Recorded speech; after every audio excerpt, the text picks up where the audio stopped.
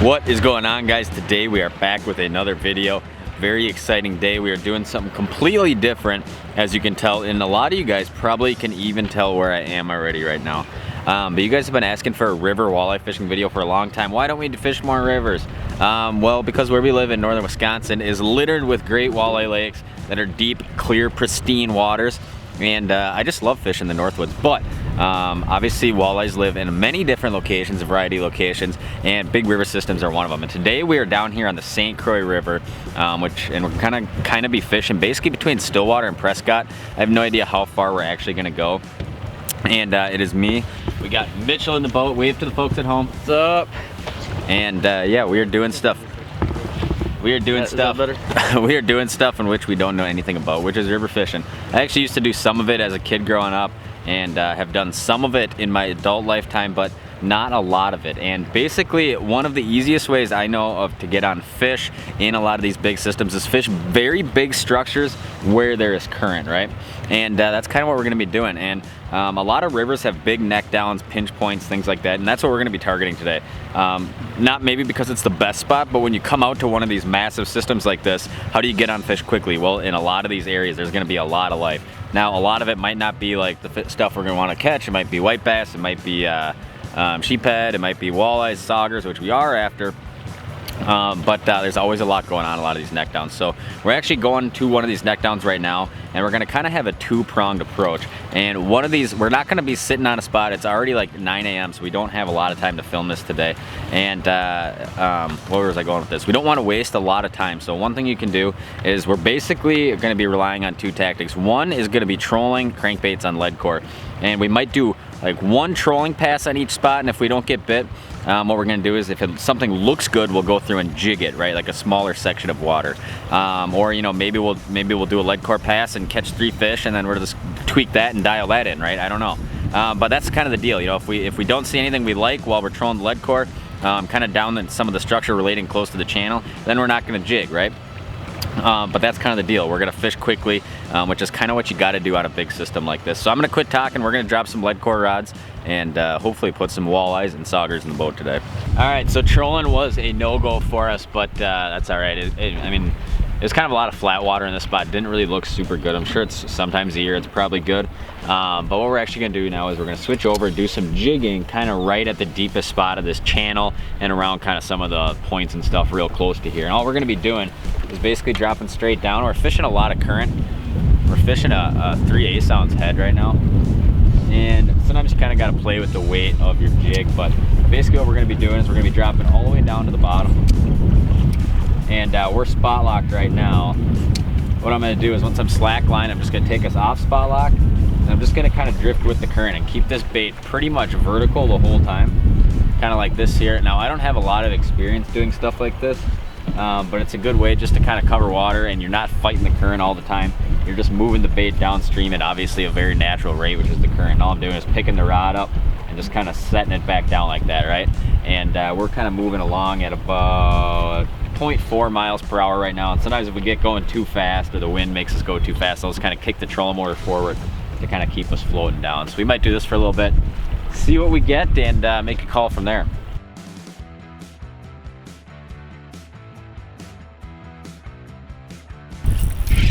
All right, guys, fish on. Now we're river fishing, so no idea what it is. I actually got bumped just before this, and look at this, Mitchell. We have the right thing on.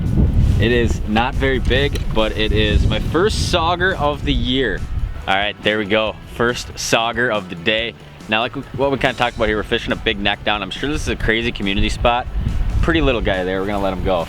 But just slipping this current seam, you know, kind of our game plan from the start was we're gonna fish a lot of these big neck downs, not because they're a super secret spot, but probably because it's just a good way to get on fish quickly. And any kind of big neck down in any kind of system, whether it's a big lake, a big river, big reservoir, it's always a killer spot because you have current. So that was just kind of slipping through this spot with a jig and a minnow on.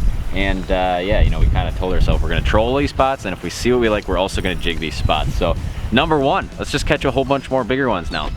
Not sure what this is.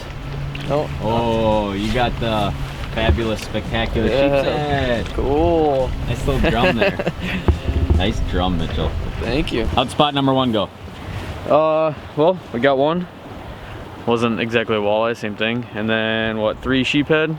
Just a goofy, ugly looking fish I've never caught before, actually. Mitchell's first sheephead, but I think if we sat there, we could probably caught a bunch more of these little saugers, maybe a few walleyes, and definitely a bunch of sheephead. But we're looking for something that's probably, hopefully, a little bit better than that.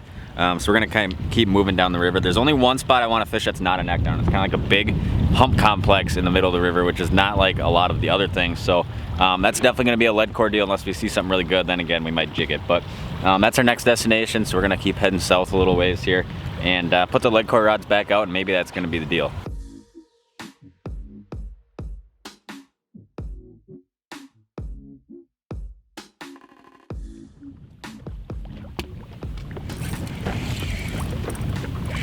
Oh, fish on.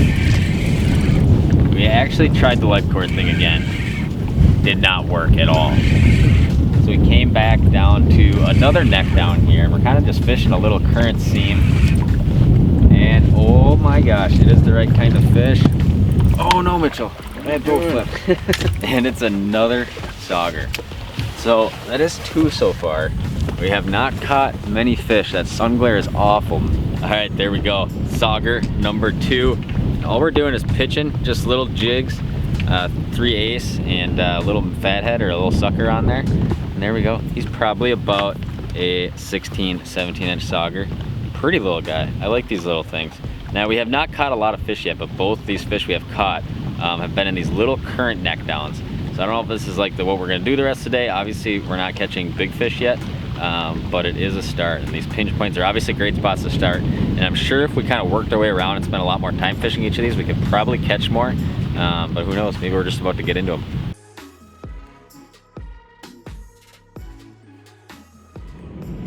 All right guys, we are finally hooked up on a lead core rod. We're kind of going spot to spot, saw a big point and like, well, let's rake it. So we did a pass and spotted some fish up shallower. Turned around and started coming back, and I think we got a nice little walleye or sauger on. Now we're catching fish doing like several different things, which a lot of times seems to be the case in river systems. There's always seems like there's multiple bites going on, and that's normally a good thing. I think we got, is it a sauger or is it our first walleye? Oh, it's an actual walleye. It's barely hooked up. Oh, we got it. Look at that, Mitchell, getting it done. 18 incher, that's exciting. Now to most of you guys watching, you're probably like, oh, whatever, it's a couple of small fish, right? Well, I have basically no experience fishing rivers, and but really it's a lot of the same things that apply, obviously, right? And we're either fishing big bottleneck neck downs, or we're fishing big points that come out into the river, which is exactly what we're fishing now. And the depths, you know, I have no idea if these fish are in 5 feet, if they're in 10 feet, if they're in 35 feet. So we're kind of just starting to kind of somewhere right in the middle in that 20-25 foot zone, and kind of I'm running the side imaging. Wherever I'm seeing a lot of fish, I'm dropping waypoints. And a lot of times if you're working a big point like this, you might get done with the point and you might be like, oh, all the fish are, you know, inside of 25 feet. So the next pass you kind of go a little bit shallower. But there's a nice little keeper there, and I know Mitchell wants to keep a few today, and that's what we're going to be doing. And that was just pulling a little shad wrap. I think that's a SR7 on there. So pretty simple pattern. Catching fish though, we'll take it. Oh, I think we're hooked up, Thomas. Oh gosh, we just got a terrible fog spot in the land. I know, we did. I noticed that earlier. Oh, feels like the right one. So we're, Tom just got one trolling a little while ago, and we kind of made a few passes through this like 20-foot flat, decided to go a little deeper, just started and hooked up on one.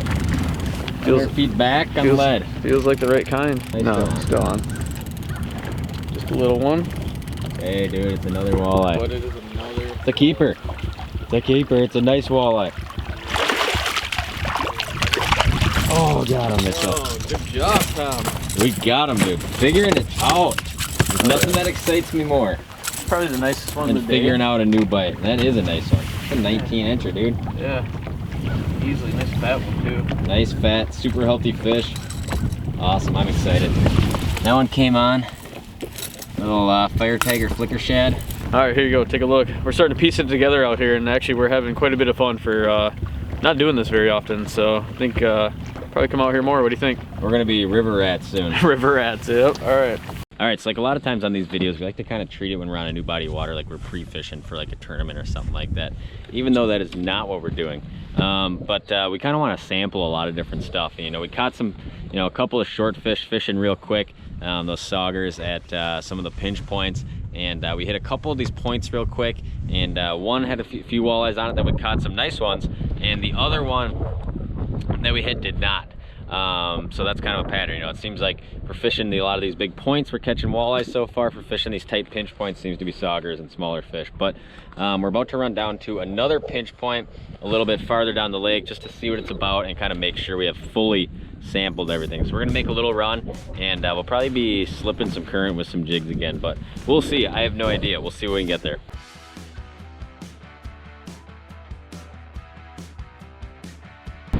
Give me the play-by-play. What just happened? So we're out here fishing, beautiful, sunny, and look at this. We got stuck in a severe hailstorm. I mean, you could make a snowball with this stuff. It's crazy. It hurt. It hurt. It hurt real bad. It was interesting. But anyways, I mean, look at the bottom of the boat. That's crazy, dude.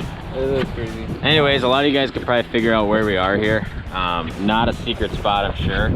But we're seeing a bunch of fish, which you pretty much see in every neck now. We're just not getting bites doing the jig thing. So we might try just a couple other like little deeper, shallower, backside of a point type of deals. And if it doesn't pan out, I think we'll probably go back to lead corn, huh?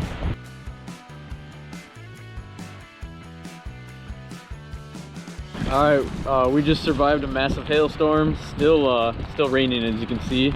We decided to kind of move spots to another flat that we checked out earlier, and just start trolling. We just started our pass and hooked up right away, and it looks like a decent fish back there, Tom. Does it feel good? Yeah. I like it. It is some intense weather. I don't even know if you can hear me above all the intense stuff going on out here. Oh, nice fish. Come here, buddy. Oh, another one, Mitchell. Another nice fish. Chunkers.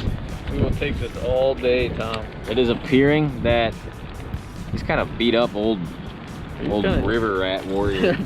river warrior. Yeah, but we're starting to put. Oh, Mitchell, right here, right here. We're doubled up. We're doubled up. Here, I'm gonna give you this. All right. All right, catching fish in the intense weather.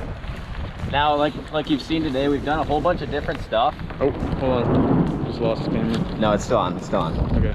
We've done a whole bunch of different stuff. We've jigged some of these neck downs, and definitely the pattern is that we're having the most success with is this trolling lead core, kind of around any kind of big piece of structure. We're coming out of one of these neck downs now. It's just kind of a big flat outside of that area, and a bunch of fish here apparently. And you know, if you've done this 100 times, you probably kind of know where the sweet spots are. We do not, obviously. So trolling gives us the advantage of both finding fish and catching fish at the same time. Oh, another nice fish. There we go. Catch him. There's another nice about, I don't know, he's probably about 15, 16-inch walleye. And man, for a couple of Northwoods boys, we're catching fish on the river system. You gotta love it. He's getting eaten anyways. Too much fun though. Awesome. All right, so we're pulling lead core, and one really good tip, you know, whenever you're fishing rivers is, you know, especially when you're fishing this real dingy water. Now, everything we're marking is real tight to bottom.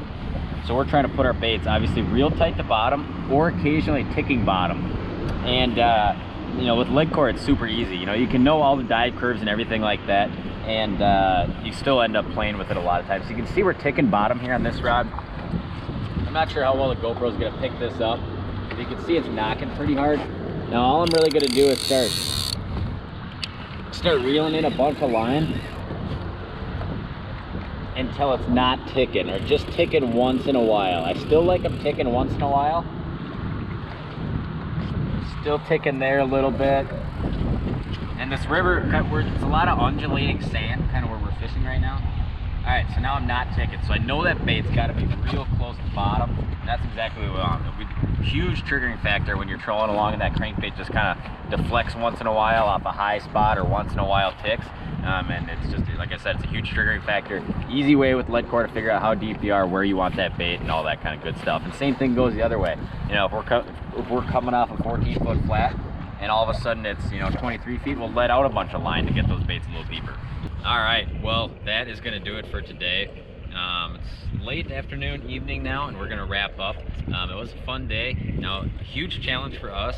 We do not fish a lot of rivers. I don't fish a lot of rivers, have very little experience on a river.